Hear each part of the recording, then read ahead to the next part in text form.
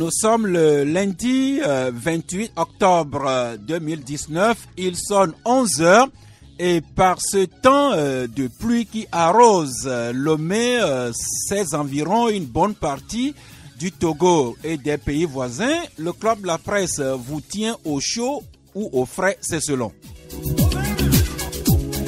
À la technique, Don Piero Gado Suleiman qui cumule toutes les tâches techniques aujourd'hui. Alors qu'au studio, nous avons le plaisir d'accueillir quelqu'un qui a été occupé à autre chose ces derniers temps. Jean-Baptiste Atisso du média en ligne Corps diplomatique Togo. Bonjour. Bonjour Sas, bonjour à tous les auditrices et auditeurs de Canal FM. Et c'est un plaisir très partagé pour ce laps de temps pendant lequel ma voix leur a manqué. Merci, d'autant plus que nous allons aborder un ou deux sujets d'ordre diplomatique. Vous nous éclairerez de votre lumière, tout comme sûrement au détour d'un débat, il va sûrement nous transporter dans la préfecture de la Bina. Lui, vous avez deviné, c'est Uriel Enyang de Mega Info. Bonjour. Bonjour Sas, bonjour à tous les auditeurs et auditrices de Canal FM, bonjour à tous les Togolais de la diaspora. Merci beaucoup. Alors, est-ce qu'il pleut autant actuellement dans la Bina qu'ici dans le sud du Togo? Je ne suis pas tellement renseigné, mais je sais quand même que habituellement la pluie commence par s'arrêter en début du mois d'octobre et là commence la saison d'harmattan. Je ne sais pas actuellement comment ça se passe, mais les récoltes ont déjà commencé. Récolte du riz, surtout le riz, surtout le soja, le petit mil et ensuite les ignames viendront. Merci beaucoup, Lucien Dosso-Mensan de Le Combat du Peuple. Bonjour. Bonjour à toutes les auditrices et à tous les auditeurs. Alors, il y a une semaine, sur la base de quelques articles de votre journal, nous avions un peu revisité la basse vallée du Mono, notamment les localités de la préfecture du Bas-Mono. Il y a quelques jours, les médias publics, dont la TVT, ont fait reportage de cette mission de sensibilisation et mission humanitaire conduite par le ministre de la Sécurité, Yak, avec ses collègues, la ministre des Affaires sociales, qui sont allés apporter des vivres et des non-vivres à quelques localités inondées dans la région. Là, c'est au moins bon pour le moral, Lucien. Oui, bien sûr, il faut remercier le ministre. Le micro. Il faut remercier le général Yark et ses collègues qui sont rendus sur les lieux pour voir de visu ce qui se passe. L'inondation a connu une très légère accalmie, ça a repris encore. Ça a repris. Moi, j'ai été là-bas jusque dans mon village. C'était difficile, pénible, mais je suis rendu là-bas. Effectivement, ils sont venus, ils ont distribué des vivres. C'est bon pour le moral parce que quand les gens sont inondés partout, de l'eau tout autour d'eux, que vous allez non seulement leur rendre visite, mais vous leur apporter secours, c'est une bonne chose. Donc nous remercions le gouvernement pour ses actions et nous continuons à être dans l'eau, c'est notre habitude depuis, nous sommes des riverains.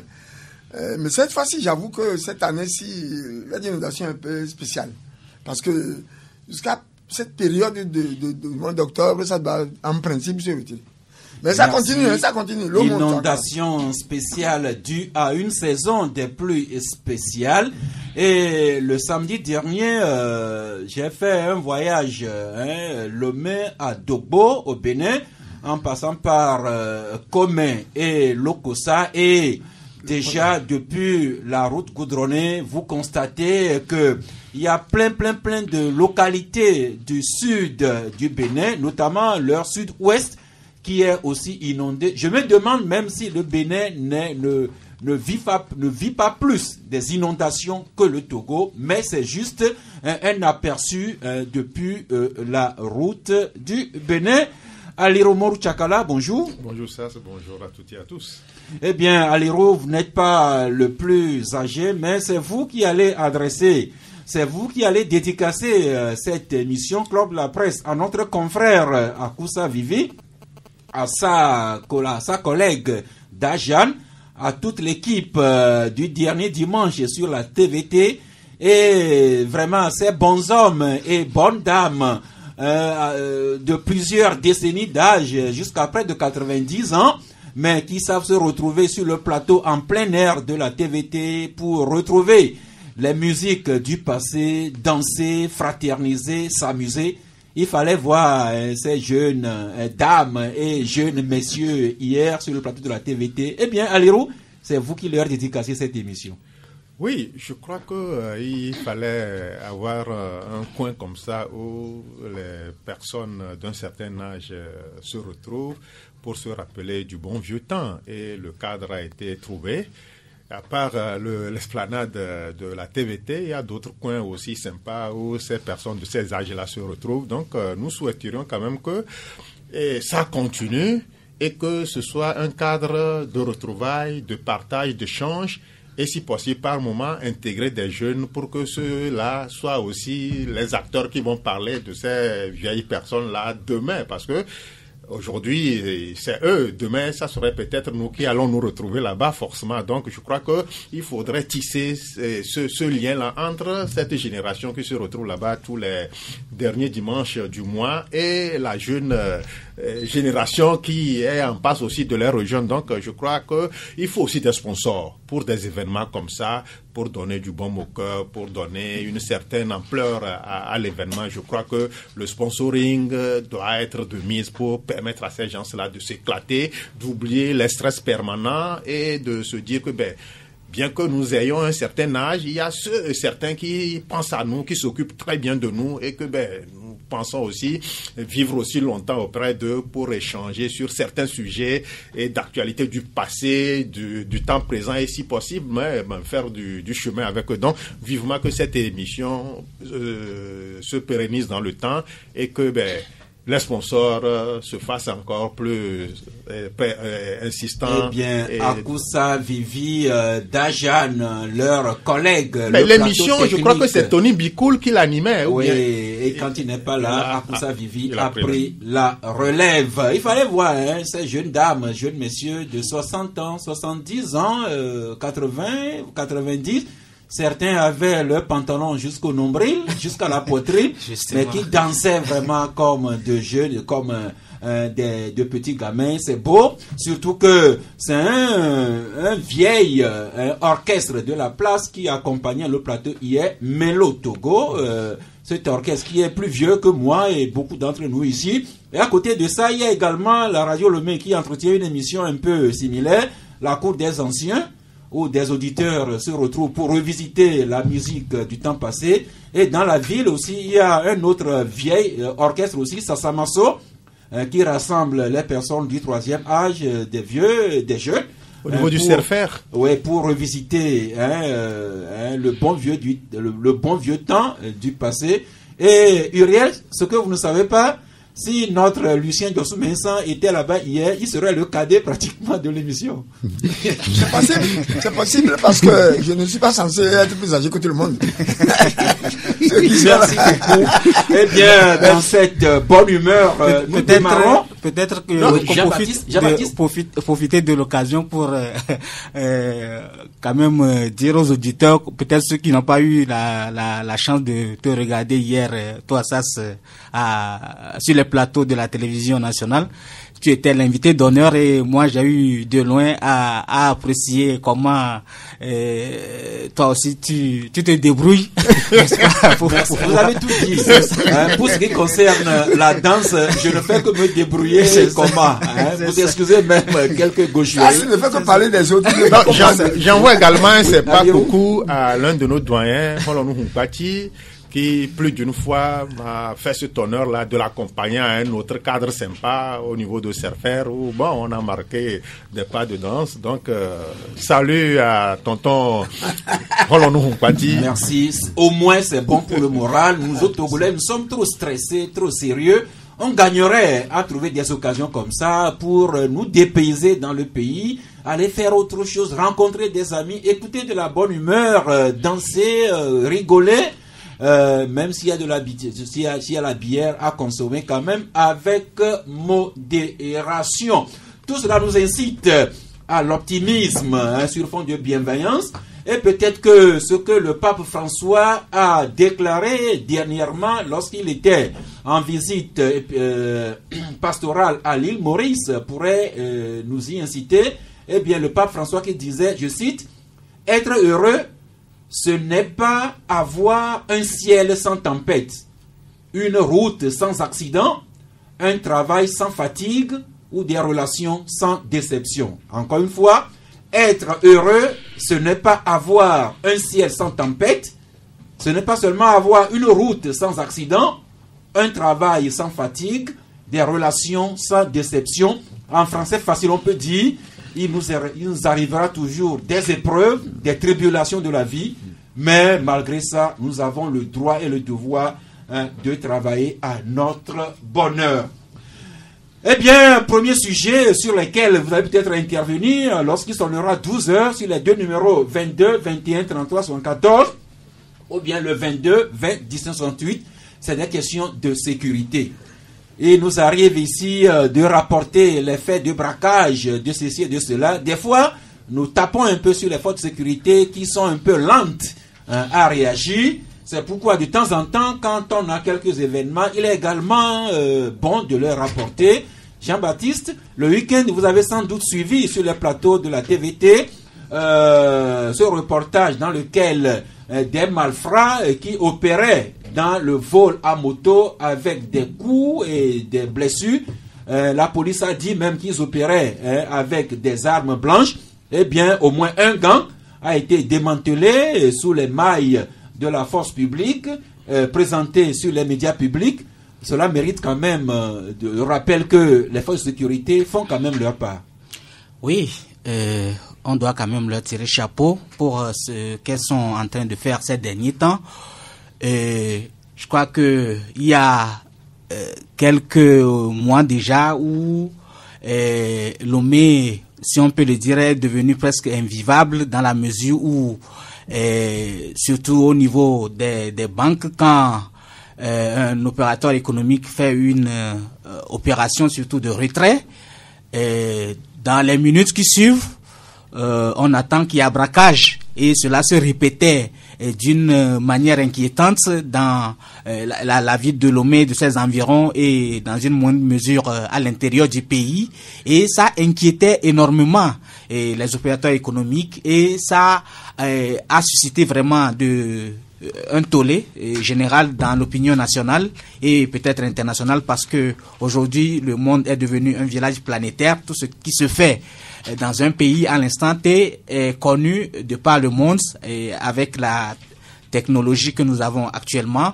Et donc à ta question, c'est pour dire que disons banalement, près de 2 mois maintenant, où on assiste à une accalmie par rapport à ces opérations de braquage, et ce qui se vit maintenant pendant pratiquement 2 mois, c'est les arrestations de ces malfrats qui ont semé naguère la terreur dans le pays à Lomé, et où les gens se demandaient est-ce qu'il faut encore aller mettre son argent dans une institution financière, ou soit se recroqueviller sur soi et faire de la thésaurisation, c'est-à-dire garder l'argent chez soi à la maison pour ne pas être à l'abri de ces...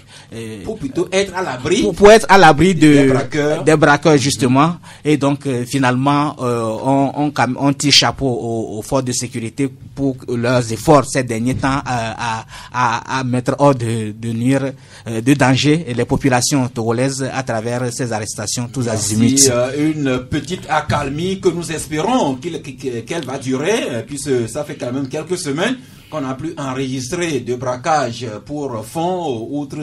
Mais la police, la gendarmerie qui veille, ça c'est la proximité. Mais au plan national, voire mondial, il y a un danger plus grand. C'est l'intolérance, l'extrémisme violent. Et comme la meilleure méthode, c'est la prévention, le gouvernement a mis sur pied un comité interministériel de prévention et de lutte contre l'extrémisme violent, dont des antennes ont été installées dans la région de Sava, notamment à Dapaon, à Mango, il n'y a pas longtemps. C'est le confrère Mango Matin qui revient là-dessus, notamment les sessions d'installation et de formation des comités locaux de prévention et de lutte contre l'extrémisme violent. à ce sujet toujours, je lisais ce matin même une dépêche de Togo Breaking News avec Didier Assoba qui vient de nous rejoindre. Bonjour Didier. Bonjour bonjour aux auditrices et auditeurs de Canal FM. Eh bien, je lisais incessamment cette dépêche dans laquelle vous écriviez que le ministre de la Sécurité, le général Yak, annonce incessamment une série de dialogues civilo-militaires.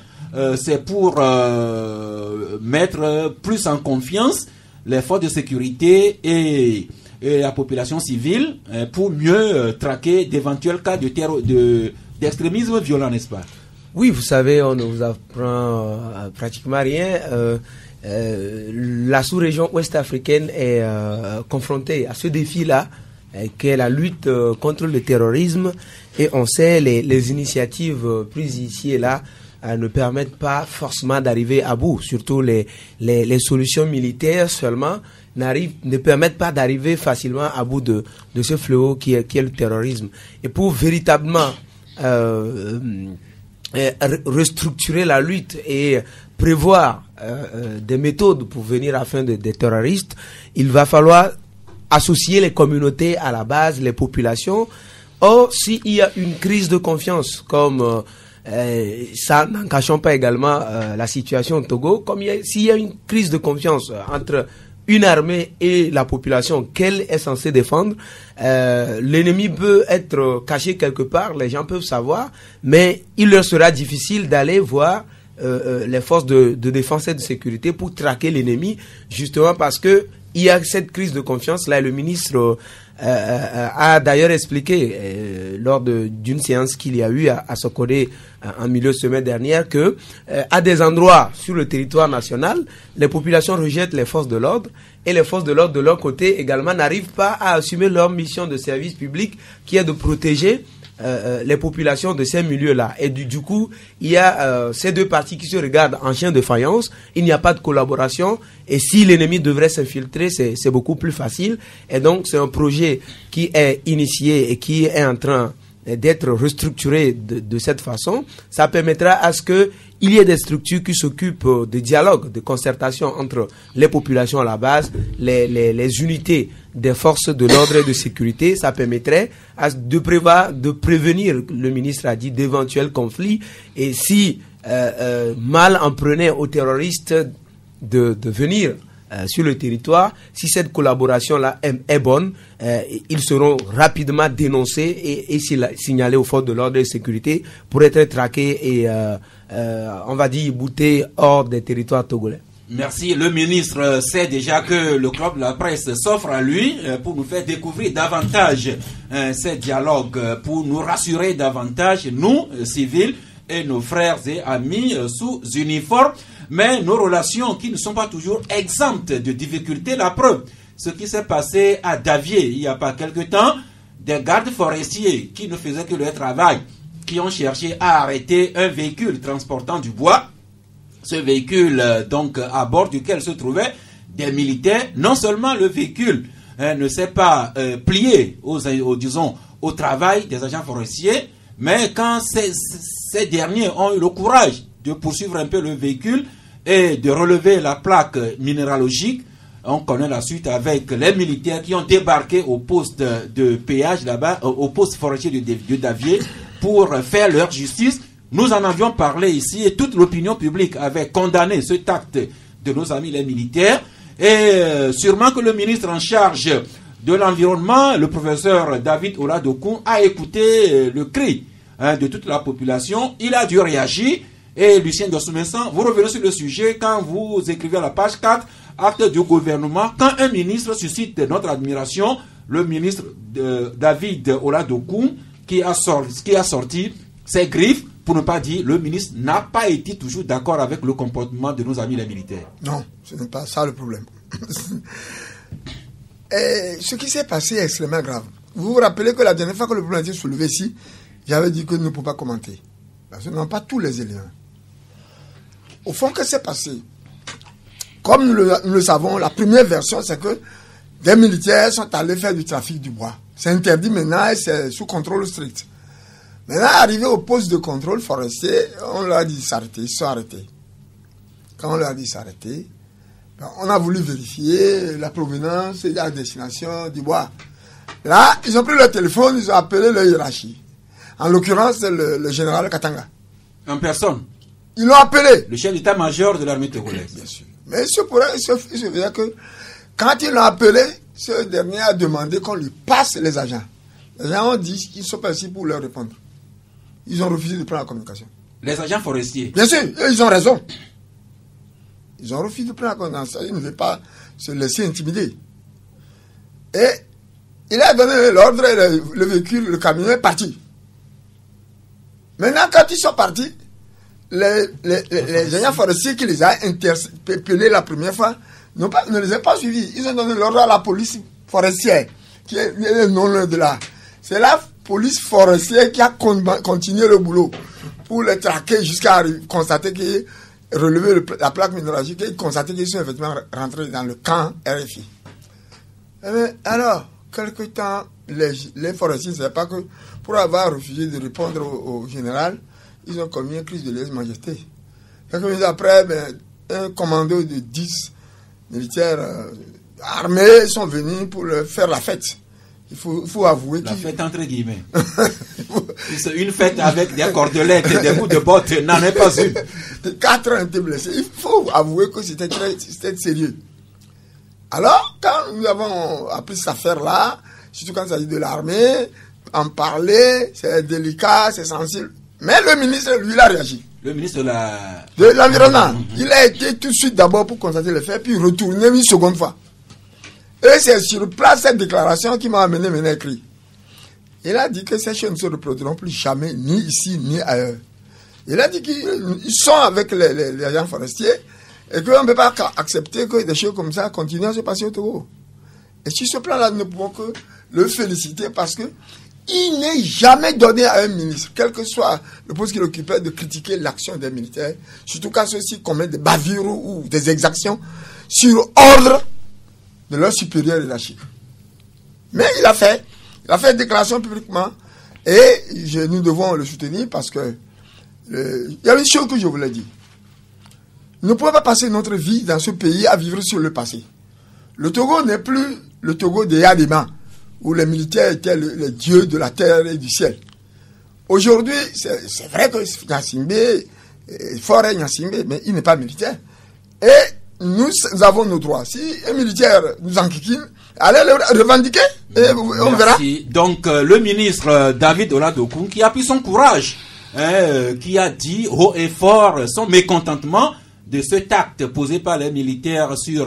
J'ai même précisé qu'il faut avoir une dose de courage, sinon un peu de folie pour faire ce qu'il a fait. Merci Oladokoun l'a fait. On suivra la suite avec l'espoir que les militaires avec leur chef d'état-major auront reçu le message et que chacun se tienne dans son rôle. Mais la sécurité passe également par la sécurité pour nos frères et sœurs qui seraient en prison. Nous avons certaines prisons, dont celle de Lomé, que le comité des Nations Unies des droits de l'homme a qualifié de vraiment inadapté. Les Nations Unies qui ont demandé au Togo de fermer carrément la prison civile de Lomé et d'en construire une autre. Nous en parlons de temps en temps jusqu'à cette nouvelle dont nous parle le Forum de la semaine qui écrit que le gouvernement togolais étudie la fermeture de la prison civile de Lomé telle que recommandée par le comité des Nations Unies contre la torture.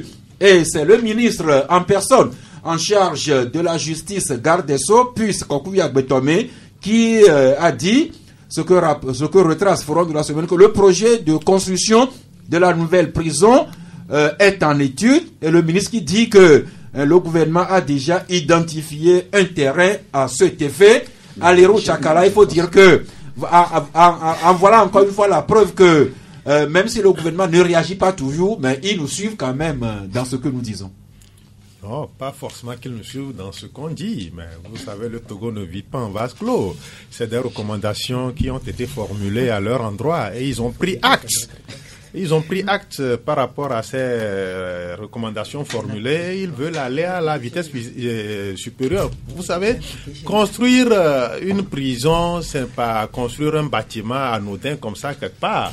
Il faut savoir trouver le cadre qui s'y prête bien. Et maintenant que le cadre a été trouvé, il faut maintenant réunir les financements pour lancer le chantier. Je crois que maintenant, ils ont trouvé le terrain. Maintenant, il faut aussi passer à un autre cap qui sera le début des travaux. Donc, vivement que le travail s'accélère pour qu'on ne soit plus dans le box des accusés des Nations Unies concernant le respect des droits de l'homme dans notre pays. Merci. Voilà, Uriel Nyang, c'est un petit tour, hein. Les braqueurs mis hors d'état de nuit. Le ministre de l'Environnement qui prend son courage pour dire son désaccord au chef d'état-major de l'armée togolaise et ses éléments. Également, le Togo qui prend acte de cette recommandation des Nations Unies et qui envisage construire prochainement une nouvelle prison et fermer celle de Lomé qui ne fait que défrayer la chronique. Uriel Nyang? Oui, ça fait plusieurs sujets, mais celui qui m'intéresse tellement, c'est celui concernant le ministre en charge de l'environnement. C'est très intéressant sa réaction. Nous le félicitons. Mais je souhaiterais qu'au-delà de ça, chaque fois qu'il y a des actes de telle nature et que les ministres concernés en sortent de leur bunker, qu'ils fassent un travail qui va jusqu'à la prise des sanctions. Jusque-là, ils sont sortis, ils ont parlé, mais l'acte demeure toujours dans l'impunité. Non, il a dit, le ministre a dit qu'il a fait un rapport acquis de droit, oui, que les gens seront punis. Voilà.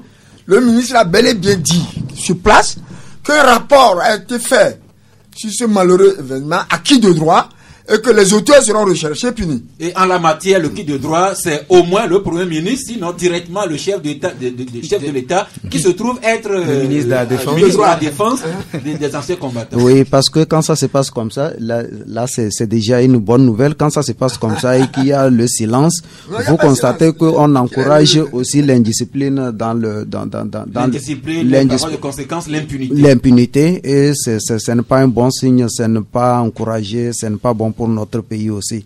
Il faudrait vraiment que ces actes-là soient sévèrement punis pour que les futurs candidats puissent lire leur image et reculer.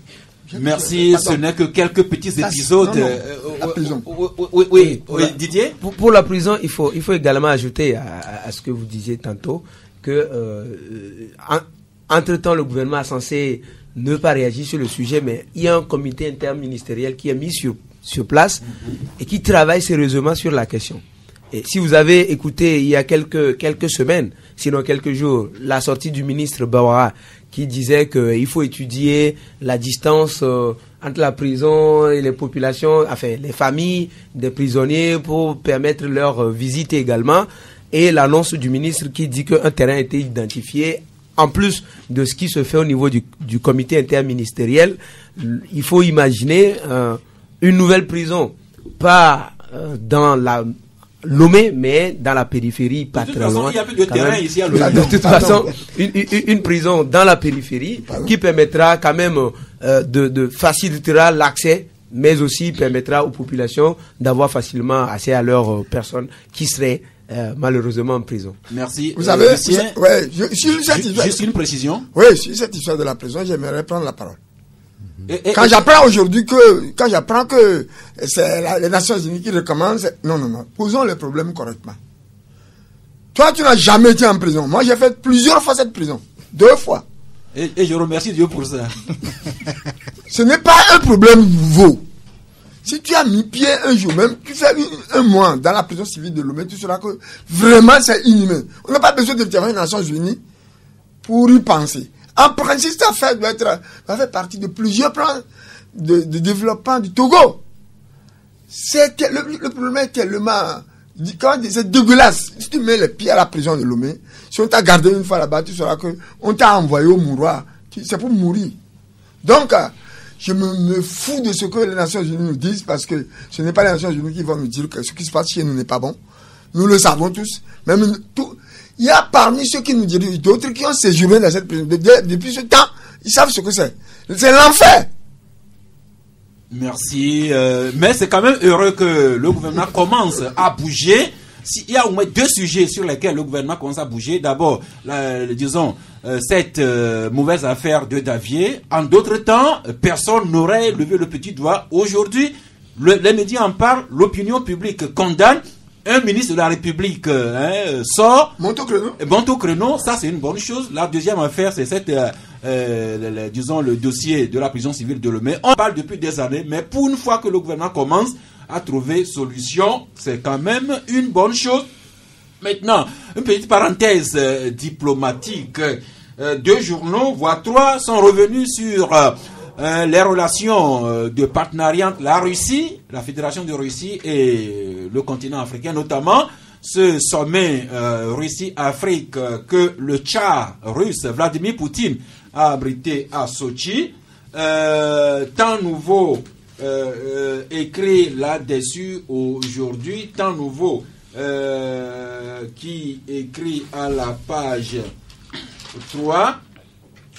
Sommet Russie-Afrique, Faure Gnassingbé à Sochi pour promouvoir le PND. Et à nouveau, dans cette information que Faure Gnassingbé a profité de l'occasion de Sochi pour vendre le PND aux investisseurs russes. Et nouvelle opinion aussi qui trouve important de revenir là-dessus aujourd'hui et qui écrit que la présence de Faure Gnassingbé à Sochi était pour sceller davantage les liens entre Moscou et Lomé, le PND largement vendu, mais le combat du peuple qui a toute une lecture.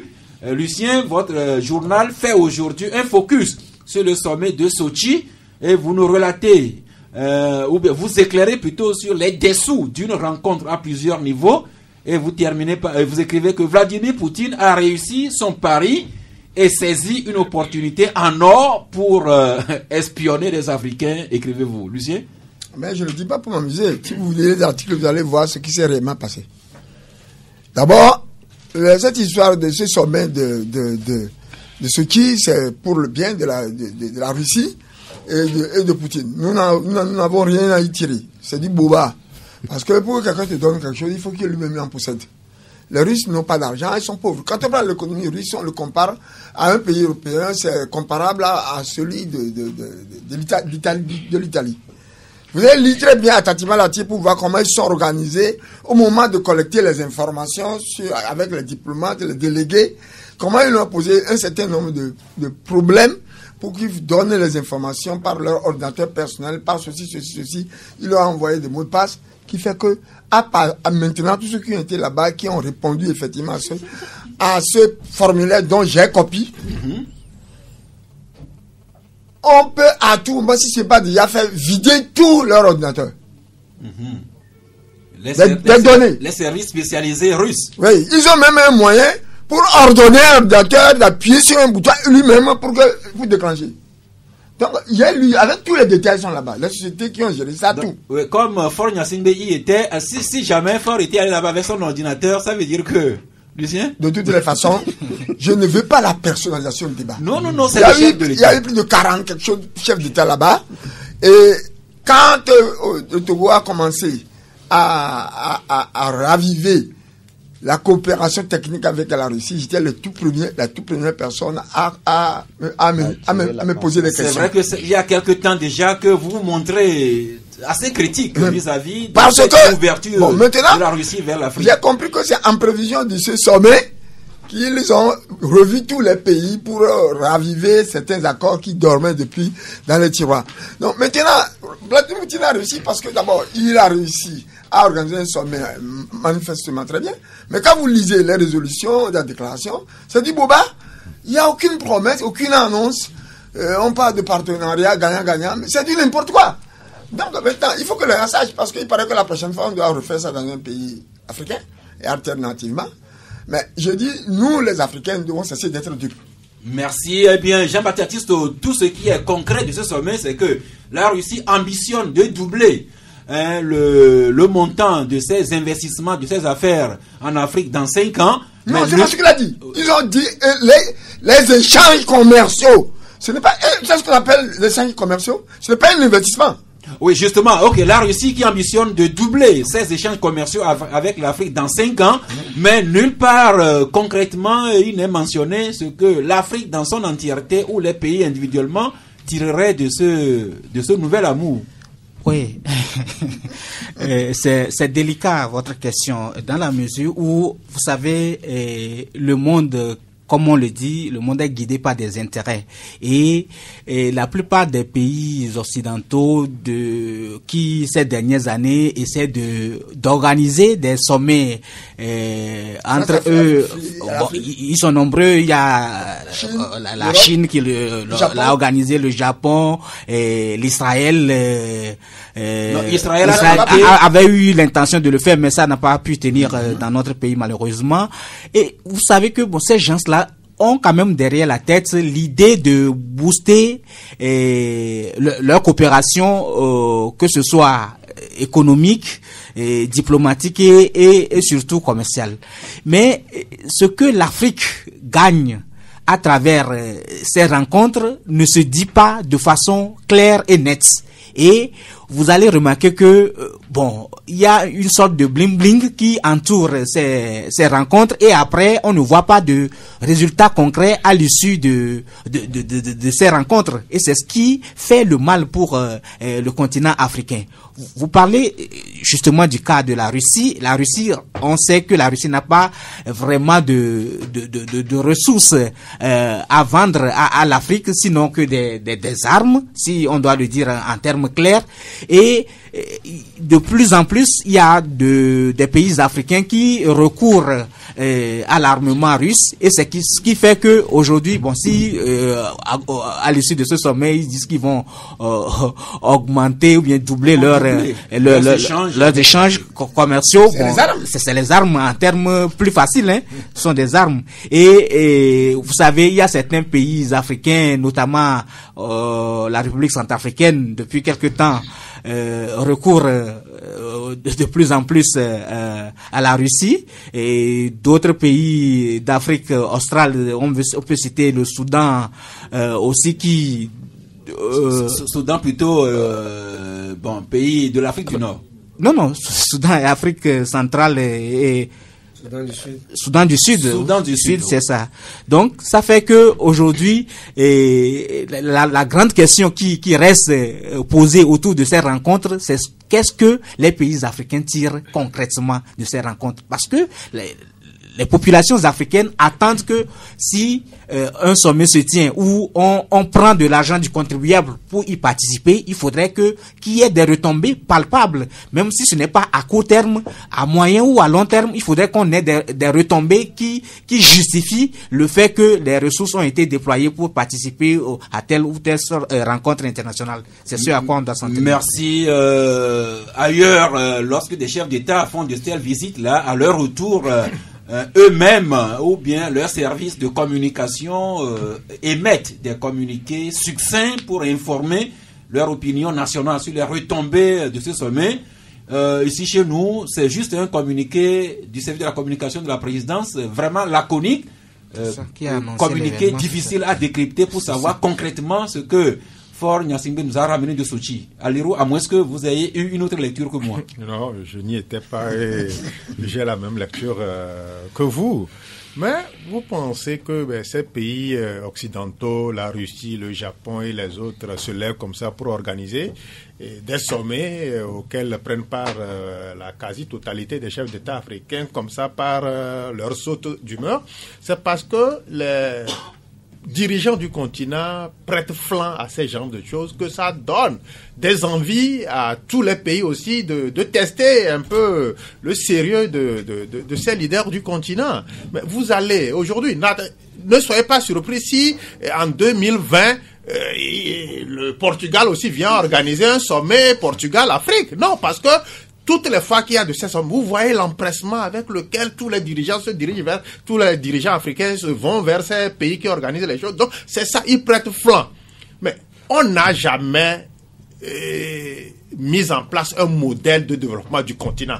On pense que c'est en allant prendre l'expertise des autres qui sont déjà avancés, dont même le modèle est en voie en pleine sclérose, que nous allons nous évoluer. Non, les chefs d'État africains sont friands de ces sommets, et quand ça arrive comme ça, c'est l'occasion pour eux de s'adonner à une certaine villégiature. Ils vont en tourisme. C'est pourquoi ça tente certains aussi de le faire. Mais les retombées, on n'en voit pas.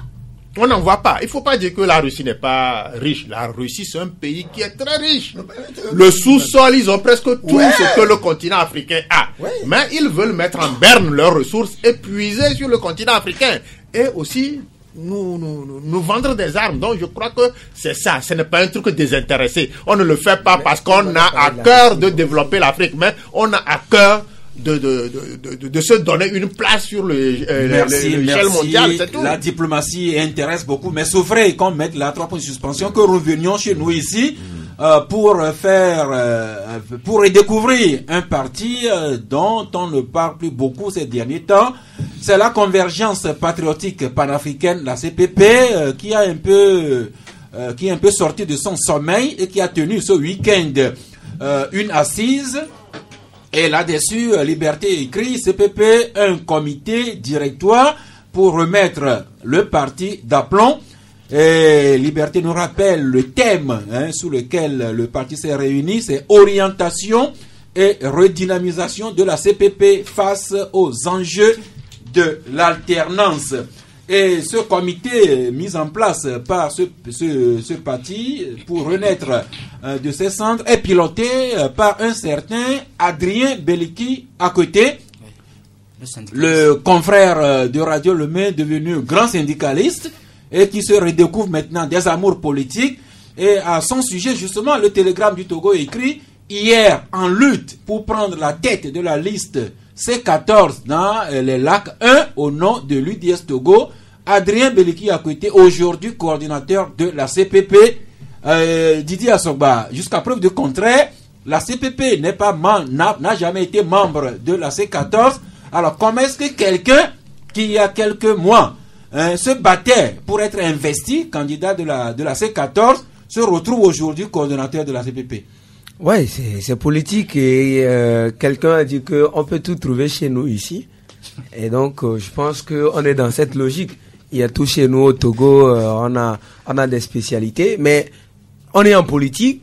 Il y a des moyens d'adhésion aux partis politiques. Je doute fort que Monsieur Adrien Beleki ne s'invente militant de CPP. Peut-être que déçu de n'avoir pas été investi en juin, candidat de UDS Togo, il a dû faire les démarches nécessaires, étant approché peut-être par les responsables de CPP, il a dû faire les démarches pour adhérer à ce parti politique-là, s'il n'est pas utile à UDS Togo. Donc, de facto, pour la C14, il serait peut-être utile pour la CPP. Un et donc, peu cette chanson ivoirienne que quand quelqu'un laisse, Kaboua aime évidemment, beaucoup. Quand quelqu'un laisse, quelqu'un prend. Donc, C14 a laissé, CPP vient de prendre pour en faire responsable du comité directoire qui devrait redynamiser donc le parti politique, et on verra la suite, ça promet.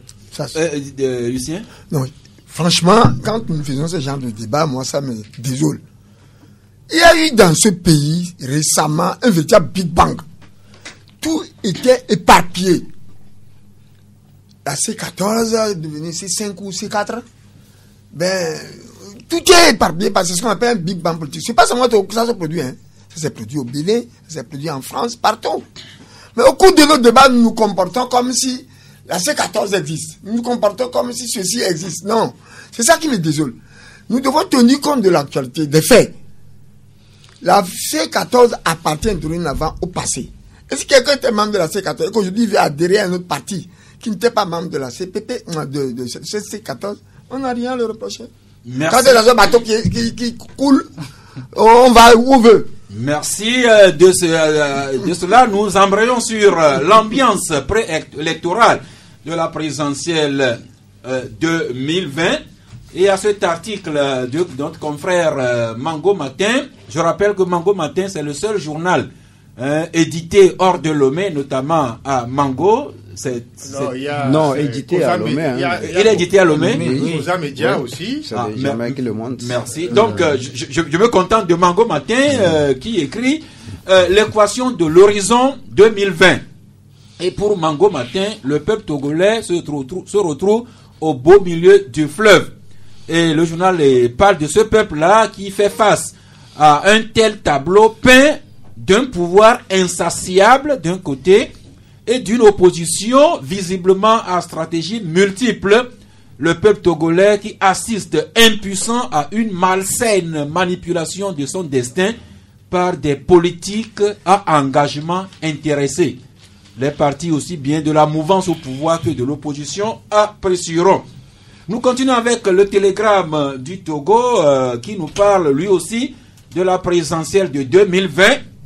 Et le télégramme du Togo affiche des noms comme Jean-Pierre Fabre, Agboyome Kodjo, Jerry Tama, Dr Obenton, Gamesou Koda, Nicolas Lawson et Dr Christian Spika. Mais à propos de Nicolas Lawson, est-ce que quelqu'un peut nous donner la confirmation qu'il s'est vraiment annoncé candidat pour la présidentielle? Didier Assoba? Non, on n'a pas écouté Nicolas ces derniers jours se prononcer sur une éventuelle candidature de sa part, mais bon, peut-être que notre confrère a des indiscrétions que nous n'avons pas, et s'il le met à sa une, c'est certainement qu'il a quelques bribes d'infos dessus. On verra. Nicolas Nicolas est friand en information. Si ça lui chante, il pourra nous les donner tout à l'heure, peut-être par réseau, par WhatsApp aussi. Merci à ce jeu de candidature. Je crois que nous avons enregistré une nouvelle candidature dernièrement ce week-end. Didier, il semble que nous avons un nouveau candidat annoncé. Je me perds un peu dans mes papiers, mais vous, un certain Shine. Shine. Bon, enfin, Mr. B. C'est Mr. B. Moi, je l'ai connu sous le nom de Mr. B. Je ne maîtrise pas trop son nom, un peu difficile pour moi. Mais quand même, Mr. B, pour ceux qui ont affectionné un peu la musique. Voilà, la musique au Togo connaissait Mr. B qui détenait un grand studio à Lomé ici qui produisait des articles. Lui-même, il faisait des chansons et tout. Et Mr. B, donc, il se dit le futur du Togo. Il dit qu'il est candidat tout en disant qu'il a déclaré déjà Fornia Singbe gagnant, mais il est quand même candidat en sachant que Fornia Singbe est gagnant. Bon, ainsi va le Togo. Ça nous arrache au moins un sourire, Alirou. Oui, ça arrache le sourire parce que vraiment ça part dans tous les sens. Est-ce que cette volonté de servir le pays, c'est ça qui est le plus mis au devant de tout, de toutes les considérations? Je dirais non, parce que ce Mr. B ou bien du mouvement Shine, il a aussi proposé quelque chose d'ahurissant. Il propose que le Togo soit une monarchie avec les Nyasingbe comme les choses là. Donc, bon, ma foi. Ou bien c'est une candidature à la Adama Daiko de Côte d'Ivoire. Peut-être. Bon, on ne comprend pas. Est-ce que, bon, parce que ça part dans tous les sens, est-ce que c'est sérieux s'il vient faire des déclarations comme celle qu'il vient de faire, c'est que le Togo reste et restera une république. Donc, il ne peut pas changer la donne par un coup de terre ou bien par ses humeurs, un coup de tête ou ses humeurs. Donc, dire que le Togo devient une monarchie, bon, là, je crois que on est en train de franchir le pas de trop. Non, oui, Uriel? Non, moi, ce que je constate, c'est que, bon, quoi qu'on dise, il y a un engouement terrible. Cette élection de 2020 présage beaucoup de choses. On sent qu'on aura une multitude de candidats et de candidatures, ce qui va permettre aux uns aux autres de s'exprimer sur leurs intentions, leurs bonnes intentions qu'ils ont pour le pays. Toutefois aussi, il faut noter qu'il y a de ces candidats comédiens, ils savent qu'ils ont un peu de moyens, mais pour se faire voir un peu dans les pays, il faut être candidat. On sait qu'on n'aura même pas 1% du suffrage, mais on est candidat, on prononce tout ce qu'on veut. Il faut être un peu sérieux quand même dans ce qu'on appelle une élection présidentielle. Quand on est candidat, il faut respecter les autres, il faut respecter le pays et dérouler vraiment un plan de développement qui convient à la société. Nous avons identifié, nous avons retrouvé notre candidat, c'est Afrocolor Zo, artiste et entrepreneur qui préside le mouvement Shine, dont la vision est d'augmenter le pouvoir d'achat des Togolais. Et il dit, citation, je ne viens pas confondre, je ne viens pas combattre fort. Je veux négocier, point de citation. Tous ceux qui comprennent français comprendront. Oui, et il y a un autre également qui s'annonce candidat. Qui s'annonce candidat, oui, parce que il a dit que l'annonce officielle c'est le 5 novembre prochain. Et il s'appelle Kani Dovi, donc on le connaît avec le mouvement Ensemble le Togo. Et il dit qu'il vient de créer un autre mouvement encore qui s'appelle les Rassembleurs. Et il se porte candidat pour l'élection présidentielle. Donc, l'annonce sera officialisée le 5 novembre. Vous savez, et voilà, donc il y aura des candidats. Nous sommes dans un processus électoral. Quand, permettez-moi de dire naïvement que la multiplicité des candidatures est une forme de dynamisme de notre démocratie. Tout à fait. Donc, en attendant que les listes soient définitivement arrêtées, je m'abstiens de faire des commentaires.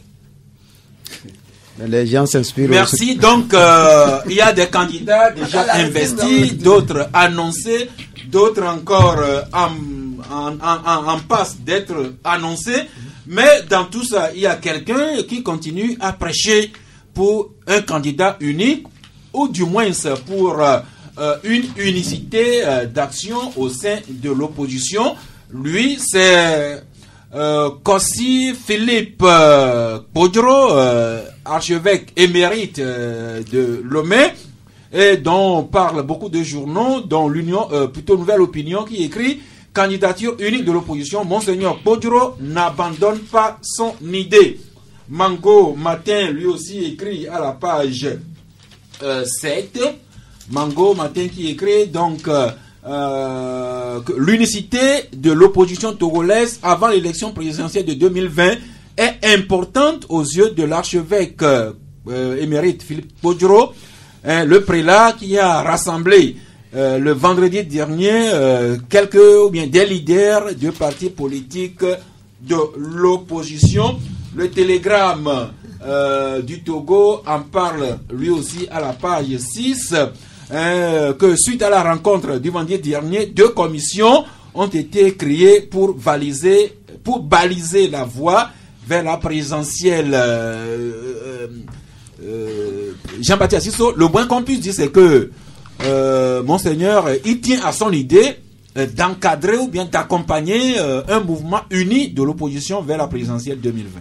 Oui, je crois que nous devons quand même saluer les actions de Monseigneur Podro, parce que, vous savez, dans les circonstances actuelles, les conditions dans lesquelles le scrutin présidentiel est préparé, je crois que l'opposition a intérêt quand même à mûrir les pas qu'elle doit poser pour pouvoir réaliser l'alternance.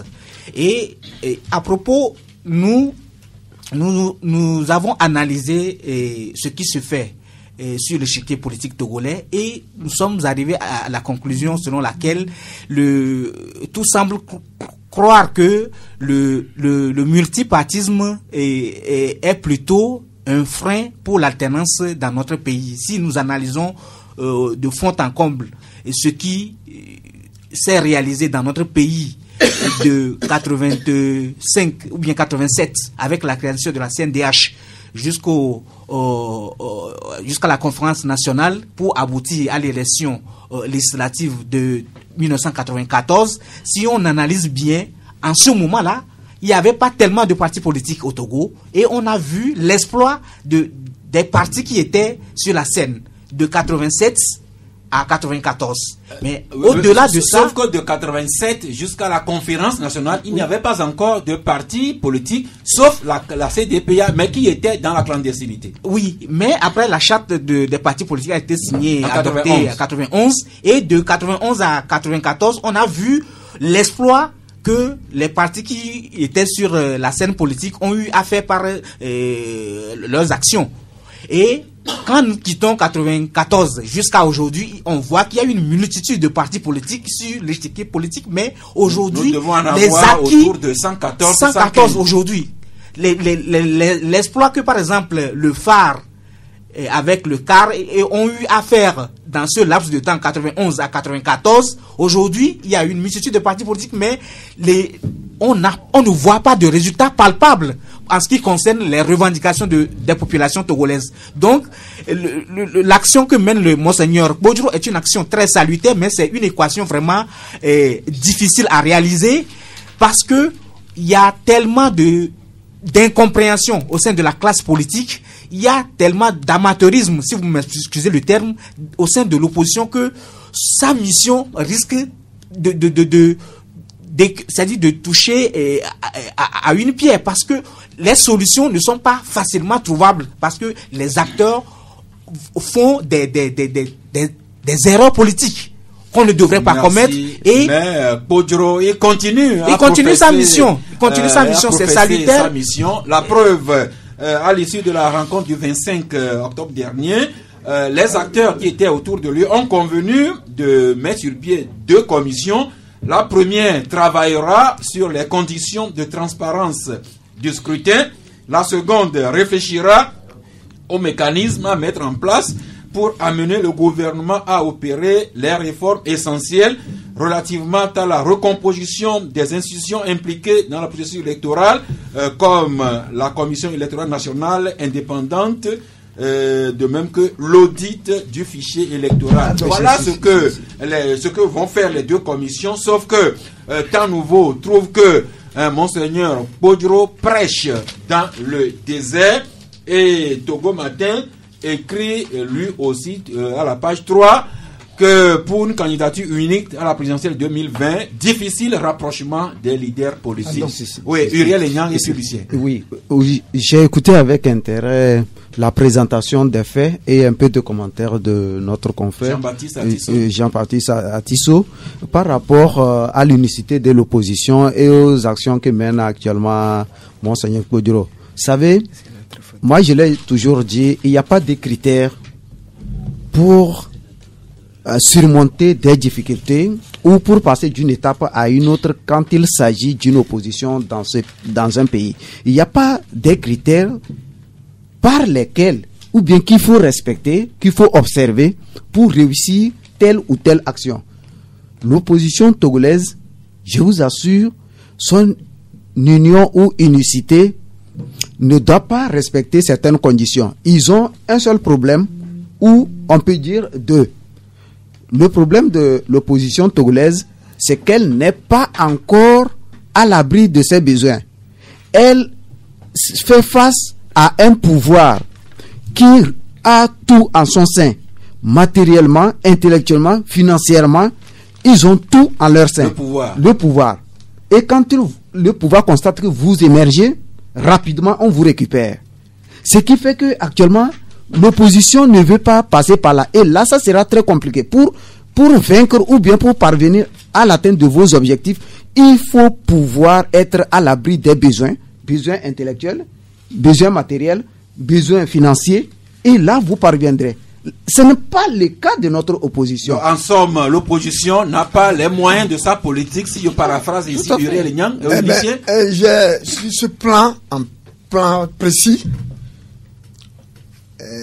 la problématique de l'unicité de candidature de candidat unique ne date pas de maintenant. Tout ce que Bodjro fait, c'est que Bodjro même au sortir de la conférence nationale n'a pas réussi à trouver en ce temps-là un candidat unique. Donc je considère que Bodjro vit trop tard dans un monde trop vieux et qu'il roule sur le passé. Donc c'est un prélat. Je ne veux pas avoir parlé de son acte parce que c'est pas si les politiques ou quel est le rôle exact qu'il joue. Si c'est Dieu qui lui a dicté ça, donc je lui souhaite beaucoup de courage. Mais je vais faire une petite révélation. Si nous voulons au Togo qu'il y ait, actuellement je dis, une candidature unie, la révélation est qu'il faut que tout le monde s'allie devant Fabre. Puisque lui, derrière Fabre. Puisque lui n'ira jamais derrière aucun autre parti. Vous voulez dire que candidature unique de l'opposition, on peut l'avoir à condition que tout le monde est d'accord soit Fabre. Pour se mettre derrière lui. Mais si c'est lui qui va se mettre derrière un parti, alors vous allez attendre. Et c'est cela sûrement qui vous a inspiré à écrire Fabre, otage de Fabre. Ouais, Fabre est l'otage de Fabre. Merci beaucoup. Eh bien, nous parlions tantôt de Beliki à côté, un confrère et ami. quand même dont je ne cite pas le nom, nous révèle que Monsieur Adrien Beliki Akwete a toujours été CPP, même UTD avec Edem Kodjo. Et comme ce journal Télégramme du Togo disait que citait Nicolas Lawson parmi les candidats, il y a cette autre réaction du confrère et ami qui nous révèle que il y a déjà environ un mois sur la chaîne Africa 24, Nicolas Lawson avait déclaré notamment à Richard Togbe, qui ne sera ou serait pas candidat pour la présidentielle 2020. Voilà, il sonne 12 heures, le temps juste que nous prenions quelques gorgées d'air ou d'eau, et nous nous ouvrons sur les auditeurs qui devront intervenir sur l'un ou l'autre sujet. Je rappelle qu'on a parlé des questions de sécurité ici au plan national et de l'extrémisme violent. On est revenu sur les relations de partenariat Russie-Afrique dans le Togo. On a parlé de l'ambiance préélectorale de la présidentielle 2020. Podjro qui continue à prêcher pour l'union ou l'unité d'action de l'opposition, et puis la rentrée politique de la CPP. Si l'un ou l'autre sujet vous interpelle, vous nous dites clairement le sujet sur lequel vous souhaitez intervenir, et si possible le confrère et ami dont vous sollicitez la réponse, et comme ça nous irons de l'avant. On peut y aller la technique. Eh bien, l'ami Cézing, bonjour. Bonjour, ça. Oui, votre question se porte sur quel point? Sur 2 points. Par rapport à la prison, oui, et ce qui s'est passé à Davier, en bref, 2 points. Merci. Eh bien, nous vous écoutons. Et je voudrais aussi dire bonjour à M. Alirou parce que ça a duré, il n'est pas arrivé. Alirou. Oh, il est souvent là. Allez directement à vos préoccupations. Bon, mon premier point, c'est je voudrais aller directement à votre confrère Lucien Gassou-Mensan en disant que l'armée d'aujourd'hui n'est pas celle de Yadema. Je voudrais juste rectifier une chose. Yadema était un homme discipliné, donc son armée était bien disciplinée. Quoi qu'il arrive, il maîtrisait son armée et l'armée ne faisait pas comme cela s'est passé. Donc c'est un petit rectificatif. Ensuite, donc, par rapport à la prison, Monsieur Didier a évoqué ce point que le ministre Bawara avait dit le jour-là sur New World TV, et j'en étais très fier parce que il a dit qu'il faut trouver un espace et puis un lieu qui serait proche de la population. C'est un point vraiment crucial parce qu'on ne peut pas construire une prison, quelque chose à Daji, alors que peut-être quelqu'un qui veut amener une nourriture ou bien visiter son frère, il n'a pas les moyens, ça sera un handicap. C'est un point qu'il faut relever. Merci. S'agissant du sommet Russie-Afrique, je voudrais dire à M. Lucien aussi que moi particulièrement, je suis pour Poutine. Parce que Poutine, c'est un homme de l'équilibre du monde. Il faut ça pour que les Africains puissent voter en faveur de la Russie. Si Poutine avait fait ça dans le temps, peut-être que l'Afrique aurait pu sauver Kadhafi. Donc, moi, je suis pour le sommet Russie-Afrique. Merci. Mais par rapport aux Européens, je ne suis pas pour. Merci, Monsieur Cézing. Lucien, 30 secondes pour lui répondre. Oui, et je vais donner cette réponse. S'agissant de ça, son sentiment envers Poutine, c'est son affaire. Je ne m'occupe pas de ça. Mais il veut m'apprendre que l'armée était plus disciplinée sous Yadema que sous Fort. Très bien. Est-ce qu'il sait la prouesse des éléments incontrôlés à Lomé? C'était sous qui? Les éléments incontrôlés qui prenaient l'Assemblée nationale en otage, qui cassaient tout. Est-ce qu'il sait que c'est sous Yadema? C'est ça ce qu'on appelle une armée disciplinée? Merci beaucoup. L'auditeur suivant, c'est Kamba de Djidjolé. Bonjour. Bonjour, monsieur Sass. Oui. Bonjour, Alassi. Merci. Quel sujet vous intéresse? 2 sujets. Ça peut aller? Oui, allez-y. Le premier, bon, c'est pour d'abord parler par rapport à la sécurité. Et je remercie d'abord le ministre Yaka pour cette tentative de vouloir... Dans le sens des dialogues civilo-militaires. ça crée une ambiance entre les civils et les militaires. Mais une chose est aussi, c'est créer l'ambiance, certes, mais il faut d'abord poser une base et déjà faire en sorte qu'il n'y a pas l'impunité. S'il n'y a pas l'impunité, la confiance peut être créée. Mais s'il y a l'impunité, ça, en aucun cas, ça se créera. Merci. Le ministre aura certainement bien noté. Ensuite? C'est ça. Ensuite, là, c'est sur l'affaire de bois, là. Et sincèrement, monsieur Katanga, c'est une personne que j'admirais quand j'étais enfant. C'est une personne que j'admirais. Mais ces 15 dernières années, bon, il y a des choses qui se passent. Bon, d'abord, je ne vois pas comment se fait-il que ils ont fait déjà un trafic lié sur le bois et ils sont parvenus à partir avec la voiture jusqu'à l'endroit où la voiture devait être. Et maintenant, on renvoie les gens pour bastonner des collègues comme ça. Bon, je me dis, sous réserve, peut-être, comme on le dit, il y a des gens zélés sous la hiérarchie qui veulent se faire voir par le chef. Ils peuvent juste poser des actes pour que le chef sente qu'ils sont là. Si ce n'est pas le cas et si c'est vraiment le chef d'état-major qui a ordonné ça, sincèrement, j'en appelle au ministre de la Défense qui est en même temps le chef de l'État. Merci Kamba. Tout ce que je sais, c'est que dans l'armée, aucun élément ne peut aller poser un acte s'il n'a pas reçu des ordres express de son supérieur. Nous passons à Papa Sibiti. Bonjour Papa Sibiti. Bonjour Sas, bonjour Lucien et Chakala. Et les autres? Didier, Jean-Baptiste et Uriel Réunion. Je leur dis bonjour. Merci. C'est leur nom que je n'ai pas maîtrisé. Merci beaucoup. Ce que je voudrais dire, les Togolais, nous savons ce que nous cherchons. Et nous savons ce qui se passe. Seulement, nous ne connaissons pas dans le cœur de certains ce qui se passe. Les Togolais, c'est leur propre intérêt. Monsieur Diossou l'a dit. Vous savez, ce que fait le Monseigneur Kodro, je lui dois beaucoup de respect. Il pêche, je ne suis pas pessimiste. Il n'arrivera jamais à réconcilier les Togolais. Les Togolais, le président Gouliski a tout fait depuis son avènement jusqu'à aujourd'hui. On parle de conciliation. Deuxièmement, vous savez, le président Fabre, après le lit où le RPT c'est Fabre, à l'Alliance nationale, l'ANC, vous croyez que celui qui a une popularité va aller se mettre derrière celui qui n'a pas de popularité? Monsieur Joshua l'a dit.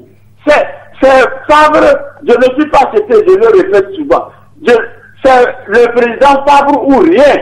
Si c'est qu'il y avait le PNP, d'accord. Mais aujourd'hui, il a le seul boulevard avec le RPT. Merci beaucoup. Je vous en prie. Donc, pour Papa Sibiti, Fabre est le mieux placé pour être candidat de l'opposition, candidat unique ou pas. Georges de Djidjolé, bonjour. Bonjour Canal FM. Oui. Et je voudrais rebondir sur le sommet Russie-Afrique. Simplement pour dire que, contrairement à ce que disent les autres, moi je pense qu'il faut faire l'expérience de la Russie. Parce que nous avons fait l'expérience des autres pays, en l'occurrence la France. Si vous prenez la présence de la France en Centrafrique, mais les Russes ne seraient pas arrivés là-bas, que la calmie que nous observons aujourd'hui ne serait pas là. Mais la Centrafrique n'est pas pour autant sortie de l'ornière. Ben bien sûr, c'est maintenant mieux que c'était. Mais pourquoi, comment vous appelez ça, la Russie, elle nous vend les armes. Que vendent les autres? Les États-Unis, la France, l'Allemagne, eux ils vendent quoi? De l'eau? Avec quoi ils ont tué Kadhafi? Mais répondez à ces questions. Vous ne trouvez pas qu'il faut expérimenter autre chose que ce qu'on nous a déjà montré là? Moi, j'aurais souhaité que tous ces Européens-là qui viennent nous miroiter des choses ici, mais derrière, ils ne veulent que ce que nous avons. Et piller nos ressources et puis partir. Avec la Russie, si nous pouvons faire une autre expérience, pourquoi pas? Merci beaucoup. Son temps que nous avons, nous sommes sortis, nous disons sortis, un peu griffe, du jour de ces colonisateurs, mais ils sont toujours là. Quand vous prenez le cas du franc CFA, qu'est-ce que ça nous fait? Ça ne nous rapporte rien, absolument. Mais la Russie, elle a dit, un partenariat gagnant-gagnant, vous gagnez, ils gagne. Merci beaucoup, Georges. Après ces zing, voilà Georges qui se retrouve, qui se déclare et qui assume être partisan de Poutine. Aliro, un petit mot. Oui, c'est que le continent africain est en train de trop essayer. On essaie tel, ça ne va pas, demain on recourt à tel autre, mais ça commence par trop durer. Il est grand temps quand même que tous les dirigeants du continent se retrouvent avec les élites pour mettre en place un modèle africain. On ne va pas aller exporter tout le temps ce qui est déjà expérimenté et qui est en panne, en désuétude, venir l'implémenter au Togo. Il faut un modèle africain. Proprement africain. Nous passons à Kodjo de Tokyo Hôpital. Bonjour Kodjo. Oui, allô, bonjour. Oui. Je salue tout le monde. Nous vous saluons aussi. Et c'est sur ce qui s'est passé entre les forestiers, les militaires et puis sur la sécurité. Et sur le premier sujet, il y a Maître Juste Achabon qui dit tout le temps que le Togo n'est pas un pays normal. Les opposants aussi le disent. Mais chaque fois quand on dit ça, les journalistes qui défendent le pouvoir nous disent que nous sommes dans une république, nous sommes dans un pays normal. Et le nom de M. Katanga est cité lorsqu'on a fait les manifestations et on dit qu'il était sur le terrain lorsque on a tué le petit. Aujourd'hui encore, on nous dit qu'on l'a appelé, que certainement les militaires ne peuvent pas agir sans que leur hiérarchie ne leur donne pas l'ordre. Maintenant, est-ce qu'on peut être dans un pays normal et que toutes ces choses peuvent se passer? Sur le deuxième sujet, je voudrais vous demander où en sommes-nous sur ce qui s'est passé entre un certain cimetière et M. Edo Komi et la CNDH qui nous avait dit qu'il va faire l'enquête. Merci beaucoup pour l'ami Kodjo qui aime souvent nous taquiner, nous égratigner. Didier Assogba, vous répondez à la première préoccupation de l'ami Kodjo sur le cas des forces armées, dont surtout le général Katanga. Oui, est-ce que le Togo est un pays normal? Je peux l'assumer. Tous les pays connaissent des difficultés. Mais de là à dire que le pays n'est pas normal, je pense que c'est un peu trop dire, c'est un peu dur. Mais il y a quand même des faits qui peuvent amener des fois à se poser des questions. À tout le temps, les journalistes interpellent les autorités sur le sujet. Nous étions les premiers à en parler. On avait mené un long débat sur le sujet ici. Aujourd'hui, le ministre a réagi. Le ministre de l'Environnement a réagi. Il a dit avoir saisi qui de droit. Et tout ce que nous reprochons souvent au pouvoir en place et aux autorités, c'est que des fois, on a l'impression qu'on laisse trop faire des choses et que des gens pensent qu'ils sont en territoire conquis. Il va falloir qu'on commence par sanctionner des gens et publiquement, je dis, parce que on va sanctionner des gens, on va les mettre en tôle et après quelques jours ils vont sortir, personne n'en sait. Mais il va falloir qu'on commence par donner des exemples de gens pour que l'impunité cesse et que tout le monde commence par avoir impression que le Togo n'est pas un pays anormal. En termes de situer l'opinion, il y a cette affaire du sieur cimetière qui avait beaucoup défrayé la chronique. Le gouvernement avait dit décréter une enquête en son sein. La CNDH également, c'était autour de l'affaire. Jean-Baptiste Atisso, vous nous faites le point sur l'affaire cimetière? Non, aujourd'hui, il n'y a pas eu tellement d'évolution que nous soyons au courant, parce que aujourd'hui, donc nous n'avons pas de nouveau. Oui, il n'y a pas de nouveau. Merci. Mais c'est quand même, c'est une affaire qui dure un peu et sur laquelle on gagnerait à savoir. D'accord, c'est bien. Nous n'avons pas débattu aujourd'hui. C'est parce qu'en principe, les questions doivent porter sur les sujets débattus. Merci pour le rappel. Ensuite, ce que je vais ajouter, c'est que moi, je n'ai pas le temps à perdre avec quelqu'un qui se dit cimetière et qui est au cimetière. Merci beaucoup. Kokou Dagoé, bonjour. Bonjour, monsieur Sass. Oui. Je salue le plateau. Nous vous saluons aussi. Vous parlez de quel sujet? Je vais parler sur deux sujets.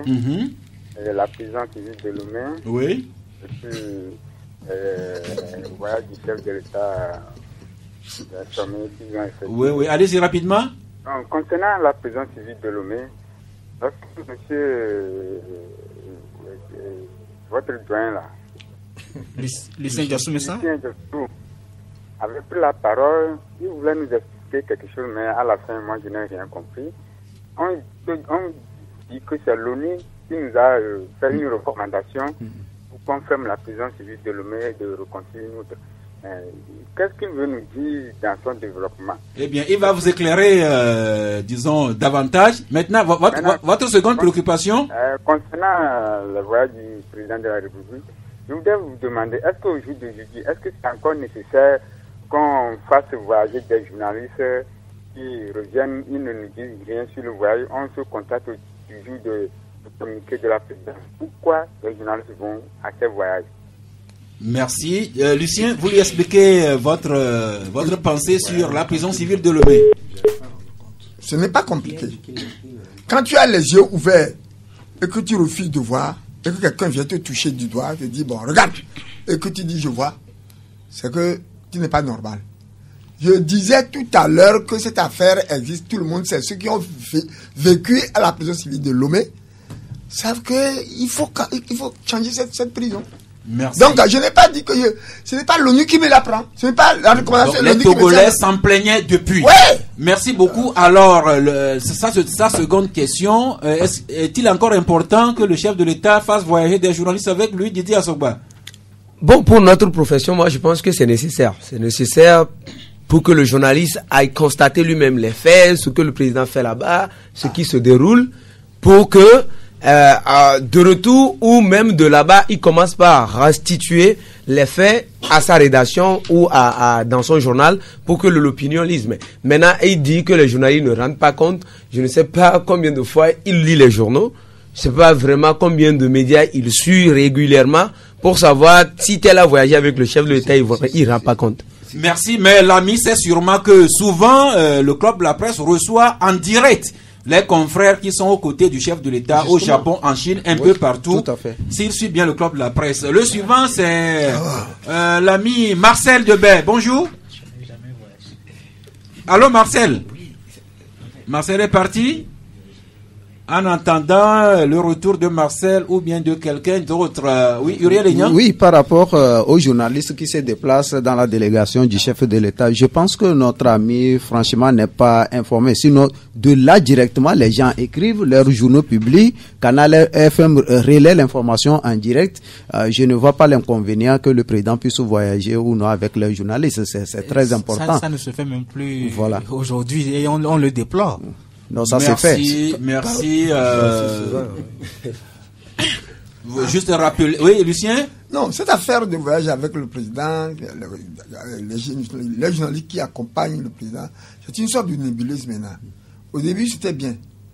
Au début, beaucoup de gens accompagnaient le chef de l'État et les restitutions étaient autre chose. Mais aujourd'hui, c'est une nébuleuse. Les gens qui y vont, je crois qu'ils sont plus commerçants que journalistes. Merci. No comment, diraient nos amis anglais en entendant le prochain. L'ami Georges de Bekota, bonjour. Bonjour, monsieur. Oui. Vous allez bien, j'espère. Ah, Dieu merci. D'accord. Vous vous intéressez sur quel sujet, s'il vous plaît? Le truc, la coopération Russie-Afrique. Voilà. Oui.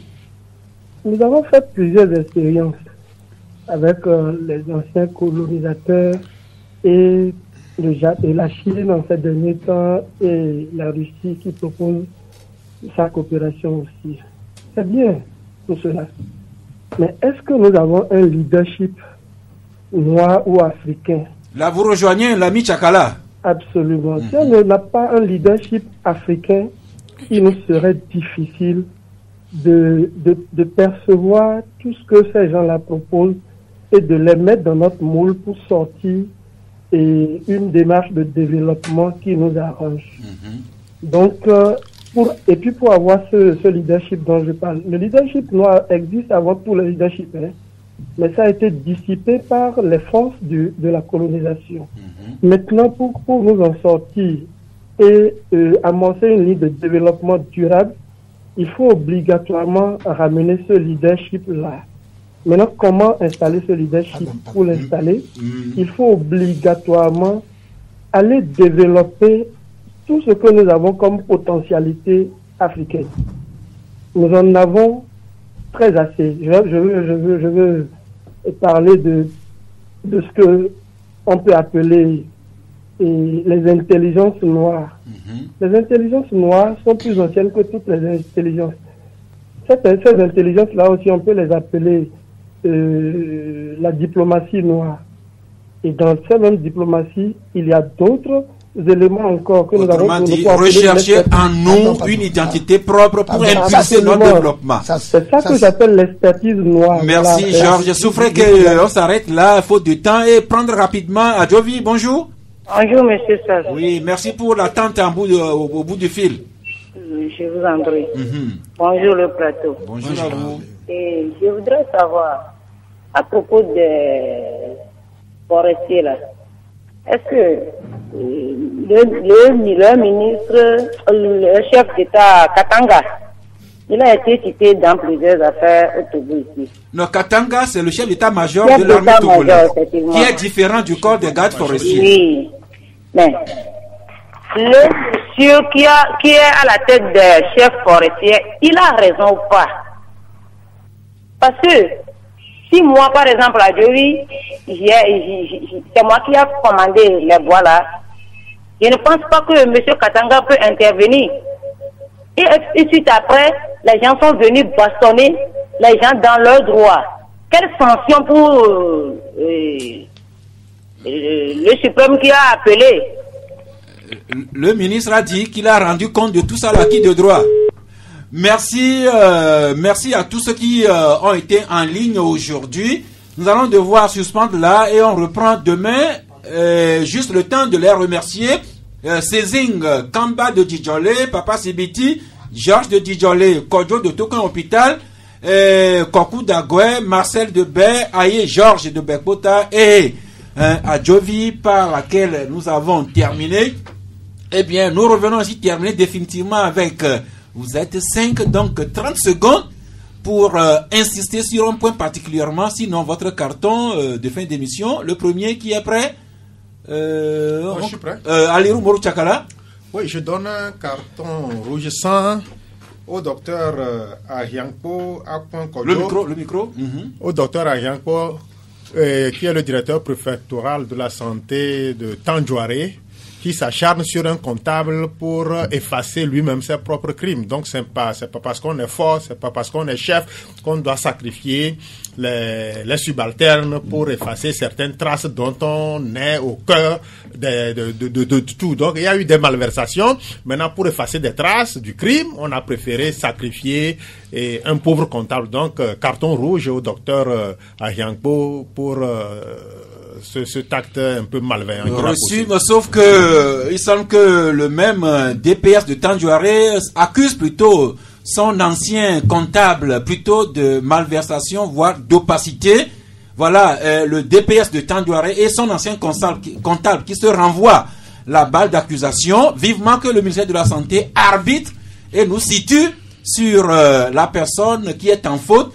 Est-ce que c'est le DPS de Tandjouaré qui est coupable ou bien est-ce que c'est le comptable de cette division sanitaire? La question revient souvent. Merci d'allumer ça jusqu'à ce que la lumière se fasse. Didier Assoba. J'ai pas de carton, mais je voulais évoquer un sujet ici. Il y a quelques jours, on avait félicité tous ici le sélectionneur agent des éperviers du Togo en charge de la sélection locale qui a qualifié l'équipe pour la phase finale du CHAN 2020. Mais il se trouve que depuis 5 mois, on ne paye pas à Ballot d'Ossé. On ne comprend pas. Si on peut se féliciter... Qui on? Non, je dis, qui paye au Togo ici? Le gouvernement, tout le monde, on félicite. Mais depuis 5 mois, le monsieur n'a pas touché son salaire. Mais imaginez, alors que l'autre, il prend toujours le salaire.